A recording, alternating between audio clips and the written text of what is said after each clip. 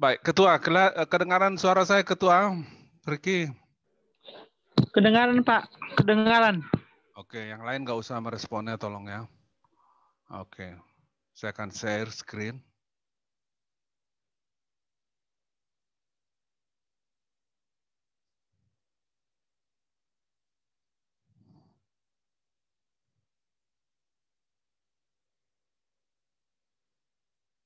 Gimana Ketua, kelihatan? Ketua aja yang merespon. Kelihatan Ketua? Kelihatan, Pak. Baik, kita akan lanjutkan kuliah kita selama 35 menit berikut sampai Zoom menutup Zoom gratis yang mereka berikan. Topik kita kali ini adalah, kok begini ya? Aduh ya. Topik kita kali ini adalah permasalahan keanekaragaman hayati.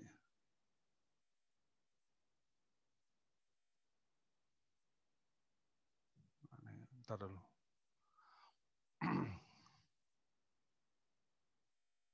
Permasalahan utama adalah terjadinya penurunan jumlah spesies di dunia ini. Ini diketahui dengan pasti pada awal tahun 1980. Sekarang sudah 307, tidak ada admission lagi ya. Dianggap absen itu si Arman Simajuntak, Ketua. Lalu sejak kapan kepunahan itu terjadi? Diketahui itu oleh para ahli, kepunahan itu terjadi sejak 65 juta tahun yang lalu. Apa yang terjadi rupanya 65 juta tahun yang lalu? Ternyata ada benda ruang angkasa yang jatuh ke bumi. Ada benda ruang angkasa yang jatuh ke bumi menimbulkan ledakan yang sangat luar biasa, panas yang sangat luar biasa, debu menutupi seluruh bumi.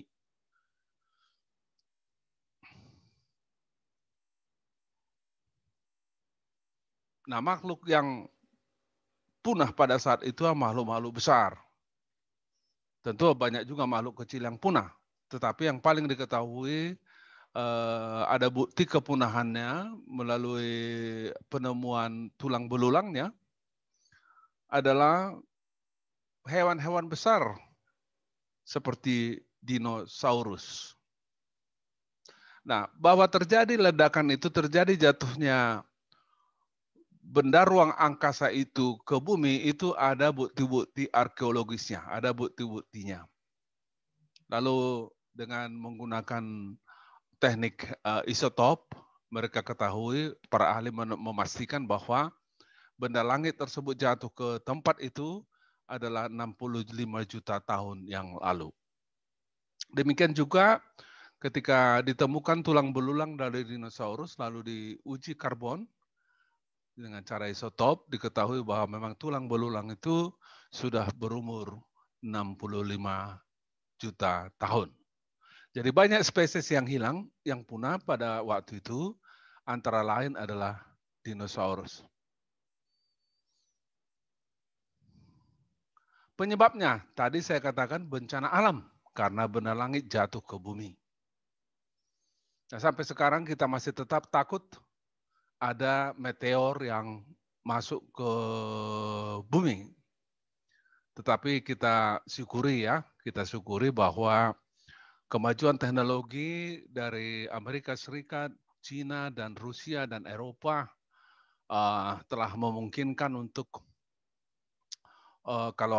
untuk menghancurkan benda-benda langit yang kecil yang menuju ke bumi, ya, menuju ke bumi. Jadi Anda kata ada benda langit yang akan menuju ke bumi sudah dipastikan misalnya akan bertabrakan dengan bumi, maka negara-negara tersebut bisa menerbangkan pesawat ke ruang angkasa, membawa bom atom, dan meledakkan benda itu sebelum memasuki atmosfer bumi. Jadi kita syukuri kemajuan ilmu teknologi. Memang sepertinya kedengarannya seperti science fiction, ya, science fiction. Apa namanya, film-film fiksi gitu ya. Tapi memang begitu kenyataannya bahwa teknologi yang sekarang baik bom atom, senjata nuklir maupun pesawat ruang angkasa telah memungkinkan jutaan kilometer dari bumi, benda yang mendekati ke bumi dihancurkan, ya, dihancurkan. Kalau kalian pernah nonton film Armageddon, ya,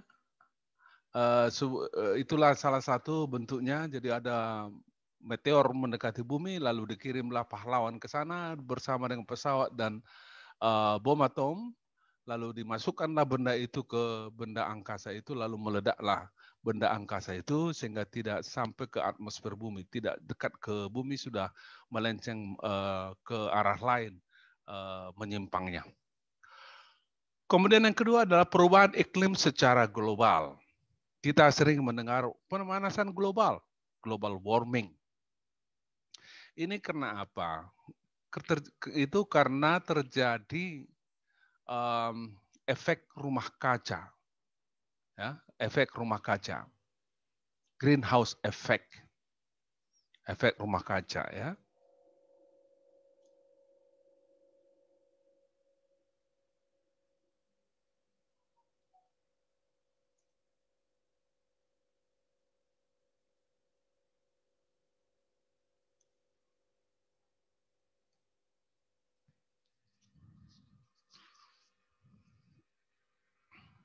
Kalau kalian pernah ke Simalingkar, ke rumah kasa kita, rumah sebenarnya tidak benar itu rumah kaca sebenarnya sih. Kalau rumah kaca tertutup semua, itu adalah rumah kasa, cuman atapnya itu ada kaca. Namun demikian kalau kalian masuk ke dalam itu panas sekali. Ya, panas sekali. Apa rupanya yang terjadi di dunia ini? Karbon dioksida makin banyak naik ke atas, ke lapisan atmosfer terluar, lalu kemudian dia menghalangi keluarnya pantulan cahaya berenergi tinggi bergelombang pendek dari bumi ke luar angkasa. Jadi apa namanya, dari sinar matahari atau energi lain masuk ke bumi. Nah, lalu bumi memantulkan sinar itu keluar, tetapi karena padatnya karbon dioksida di lapisan tersebut, maka dipantulkan lagi kembali ke bumi. Selain itu, karena kerusakan lapisan ozon, lapisan O3, itu karena banyak kita menggunakan parfum dan lain sebagainya, kemudian banyak kita menghasilkan gas metan, ya, gas metan CH4. Jadi artinya pendek cerita adalah cahaya yang berenergi bergelombang pendek yang sampai ke bumi tidak lagi semuanya bisa keluar dari lingkaran bumi, dari atmosfer bumi, dan dikembalikan ke bumi sehingga akhirnya temperatur semakin meningkat. Apa akibatnya ini? Akibatnya ya gunung-gunung es mencair. Ya, kutub utara sudah mulai mencair, kutub selatan, Antartika sudah mulai mencair. Apa akibatnya kalau itu mencair? Akibatnya adalah permukaan laut meningkat. Ya, permukaan laut meningkat. Nah, kalau meningkat terus berarti akan terjadi penutupan oleh air terhadap pantai-pantai. Akibatnya apa? Banyak tanaman-tanaman yang di pantai kemudian mati, punah. Kita tahu bersama bahwa akibat pemanasan global itu terjadi akibat dari zat-zat yang kita sebutkan tadi penyebab pemanasan global itu, terjadi peningkatan temperatur bumi sebesar 1 derajat Celcius setiap 100 tahun. Ya, setiap 100 tahun. Dan air-air ini kecepatannya semakin cepat. Artinya begini, kalau sebelumnya, sebelum revolusi industri besar-besaran, 100 tahun meningkat temperatur bumi 1 derajat Celcius. Tapi setelah revolusi industri, pabrik ini, pabrik ini, pabrik ini, pabrik ini, lalu kurang dari 100 tahun, bertambahlah temperatur bumi sebanyak 1 derajat Celcius. Nah, diduga kecepatan itu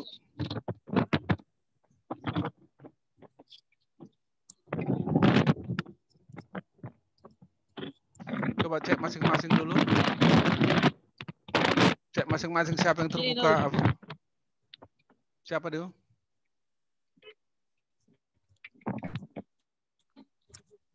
Hah? Cek dulu ketua siapa yang terbuka. Sebelum saya tutup stop screen ini.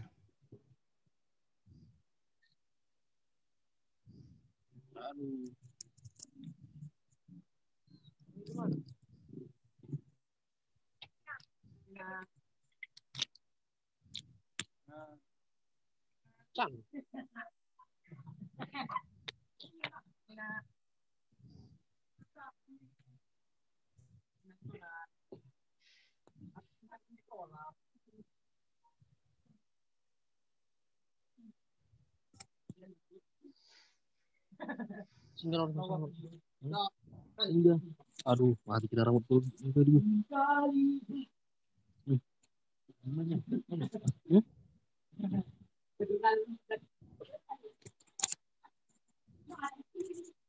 Kevin Stimorang remove ya. Kevin Stimorang NPM-nya kasih tahu dulu ketua nanti ya. Si Kevin, Pak. Si Kevin. Ya, kasih tahu dulu NPM-nya nanti ya. Udah kasih remove dia. Baik, Pak. Kasih tahu NPM-nya dulu nanti ya. Udah saya keluarkan ya. Baik. Diduga ada dugaan para ahli bahwa di terakhir ini karena banyaknya karbon dioksida dan gas metan itu di terakhir ini para ahli menduga bahwa dalam 100 tahun meningkat temperatur bumi 3 derajat Celcius. Cobalah bayangkan. Jadi diduga akan terjadi kenaikan permukaan air laut dan kali kita bisa bayangkan kutub utara mencair, Antartika mencair, apa yang terjadi? Mungkin juga Belawan akan tenggelam, Medan akan tenggelam. Bersama dengan tenggelamnya itu banyak tanaman, banyak hewan yang akan mati. Banyak bakteri, banyak mikroorganisme yang akan mati. Jadi kita harus segera ikut serta mencegah produksi karbon dioksida dan gas metan. Kurangilah menggunakan kendaraan. Kurangi melakukan pembakaran. Kalau kalian mau punya uang, belilah kendaraan listrik. Ya, sepeda listrik, sepeda motor listrik, mobil listrik. Kemudian, ya itu tadi, ya memang kita harus kurangi pembukaan sawah, karena sawah itu menghasilkan gas metan. Ya, menghasilkan gas metan yang banyak. Nah, kemudian perubahan geologis secara alami. Nah, kita tahu bisa menimbulkan bencana-bencana, ya misalnya akibat dari pergesekan kerak bumi, terjadi letusan gunung, begitu ya, letusan gunung api, ya, atau terjadi tsunami dan lain sebagainya. Nah, pada saat ini apa yang menjadi penyebab krisis yang mengancam kepunahan makhluk hidup? Yaitu ulah manusia itu sendiri. Ulah kita bersama. Ulah negara-negara. Ulah pemerintah, ulah industriawan. Pokoknya manusia. Ya, tanpa menyebut yang mana manusia itu. Tapi manusia dengan segala peradabannya merusak alam. Contoh misalnya pengerusakan hutan. Ya, pengerusakan hutan.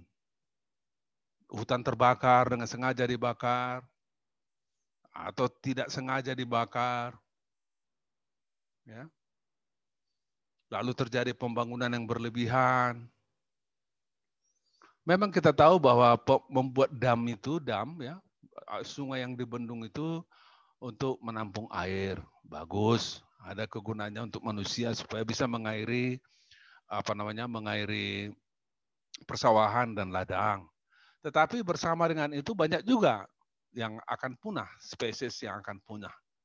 Ya, ada kerusakan lingkungan. Jadi memang manusia ini juga harus kompromi juga ya, kompromi antara kebutuhan kelangsungan hidup untuk kelangsungan hidup manusia dengan pelestarian lingkungan. Tetapi terlepas dari situ, apakah benar atau tidak, menguntungkan atau tidak, yang jelas bahwa dari sisi lingkungan hidup, dari sisi keanekaragaman hayati, pengerusakan hutan itu merusak keanekaragaman hayati, pembangunan dam atau pembangunan yang berlebihan itu atau eksploitasi yang berlebihan itu merusak keanekaragaman hayati. Jadi juga polusi udara yang kita sebabkan seperti yang saya katakan tadi. Lalu kerusakan habitat. Lalu invasi oleh spesies dari luar ekosistem. Maksudnya begini, ke Danau Toba misalnya dimasukkan ikan yang tidak cocok untuk Danau Toba. Atau kalaupun cocok ke air Danau Toba, tetapi akibatnya apa? Mengganggu keseimbangan spesies yang ada di Danau Toba misalnya. Sebagai contoh saja. Atau ke Nias atau kemana dibawa ikan itu tersebut, ke danau mana gitu. Itu maksudnya invasi spesies dari luar ekosistem. Jadi ada suatu ekosistem, lalu masuk spesies dari luar sengaja dibawa atau tidak sengaja dibawa, lalu mengganggu ekosistem tersebut yang mengakibatkan kepunahan dari spesies-spesies yang ada di dalam ekosistem tersebut. Nah, jenis keanekaragaman hayati itu ada 3, yaitu keanekaragaman genetik, keanekaragaman spesies, dan keanekaragaman ekosistem. Adik-adik sekalian mungkin sebentar lagi akan ditutup oleh Zoom ini, materi ini, karena waktu tadi ya, karena banyak waktu tadi, karena ada yang kurang ajar juga tadi yang buka suaranya. Nanti kalian lihat di YouTube ya, lihat aja bagian-bagian ini ya. Nanti kalian lihat materi ini di YouTube. Ya. Ada keanekaragaman genetik yang disebut dalam bahasa Inggris genetic diversity, kemudian keanekaragaman spesies diversity, dan keanekaragaman ekosistem diversity. Apa yang dimaksud dengan keanekaragaman genetik atau keanekaragaman genetik? Keragaman genetik yaitu perbedaan antar individu karena perbedaan informasi genetik yang terkandung pada setiap individu tersebut. Individu itu boleh tanaman, boleh hewan, boleh mikroorganisme. Individu yang satu berbeda dengan individu dua. Contoh soal misalnya, kita bersaudara kandung pun berbeda secara genetik. Jadi, di dalam populasi yang sama bisa terjadi perbedaan secara genetik atau terjadi keragaman genetik. Apalagi antar populasi dari spesies yang berbeda. Misalnya tadi, dalam satu keluarga saudara kandung pun berbeda secara genetik. Keragaman genetik terjadi. Orang Batak dengan orang Nias, orang Batak dengan Jawa, juga keragaman genetik. Manusia dengan hewan, juga kan keragaman genetik. Jadi antar spesies. Di dalam kopi juga, ada kopi Arabica. Di antara kopi Arabica itu sendiri beragam keragaman genetik. Apalagi kalau kita bandingkan misalnya Robusta dengan Arabica. 2 spesies yang berbeda.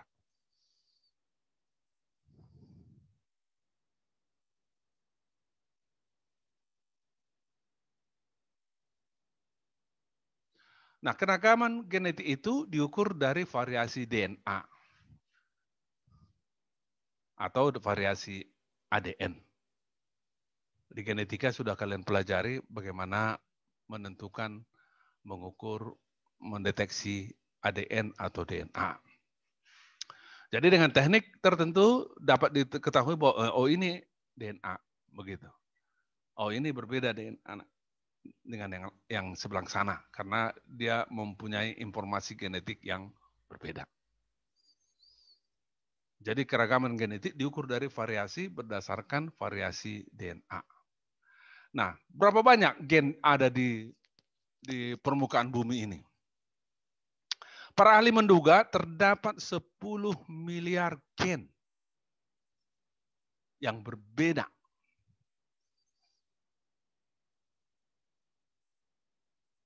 Yang terdapat pada semua makhluk hidup yang ada di dunia. Jadi artinya, kalau dijumlahkan gen-gen dari seluruh makhluk hidup yang ada di dunia, mulai dari mikroorganisme sampai makroorganisme, itu jumlah gennya ada 10 miliar gen. Ya. Tentu saja tidak semuanya memberi kontribusi yang sama pada keragaman genetik. Jadi kalau ada 10 miliar gen, bayangkanlah luar biasanya keragaman genetik itu. Kemudian yang kedua adalah keragaman spesies, ya. Keragaman spesies. Keragaman spesies maksudnya keanekaragaman spesies maksudnya perbedaan antar spesies. Spesies kalian tahu ya, ada genus, ada spesies. Spesies itu adalah nama ilmiah bagi suatu makhluk hidup. Misalnya jagung, Gia mais.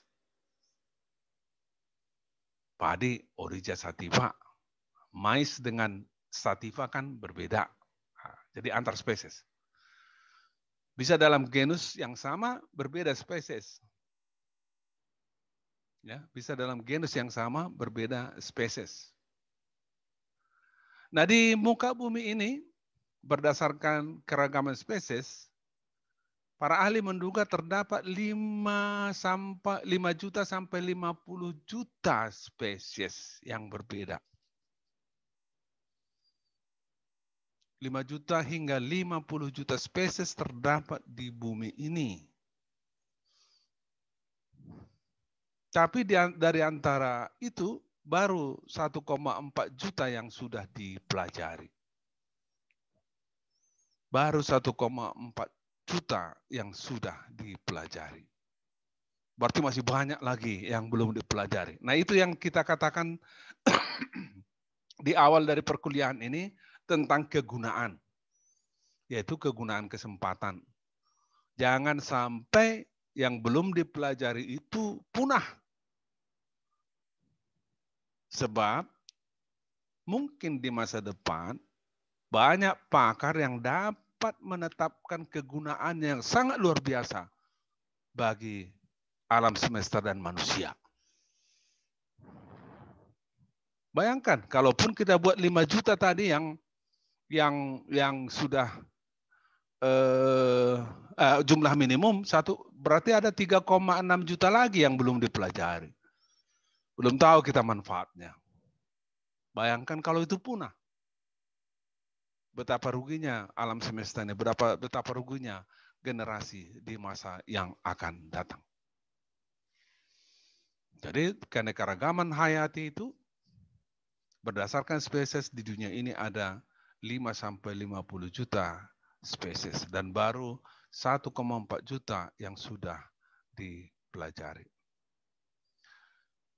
Keragaman yang seterusnya adalah keragaman ekosistem. Ya, ekosistem. Ini kan dalam bahasa Inggrisnya kan ekologi and system. Ya, kalau digabungkan menjadi sistem ekologi. Nah, kalau disatukan kata-katanya menjadi ekosistem. Ya.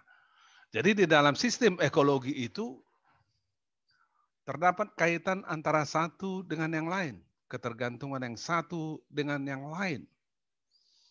Ada komponen-komponen di dalam ekosistem itu. Kita dengarlah istilah habitat. Kita tahu ada istilah habitat. Habitat itu artinya tempat makhluk hidup. Tempat makhluk hidup. Berarti berbeda makhluk hidup, bisa berbeda habitatnya. Ikan misalnya habitatnya di air, tapi ikan pun bisa berbeda. Ikan tawar, air tawar, dan ikan laut. Ikan air tawar kalau masuk ke laut pasti mati, atau ikan laut masuk ke air tawar juga nggak bisa. Namun demikian ada juga ikan yang dapat hidup di air tawar sekaligus juga dapat hidup di air laut. Bisa kalian tahu, bisa sebut ikan apa itu? Ikan itu sangat enak dan mahal.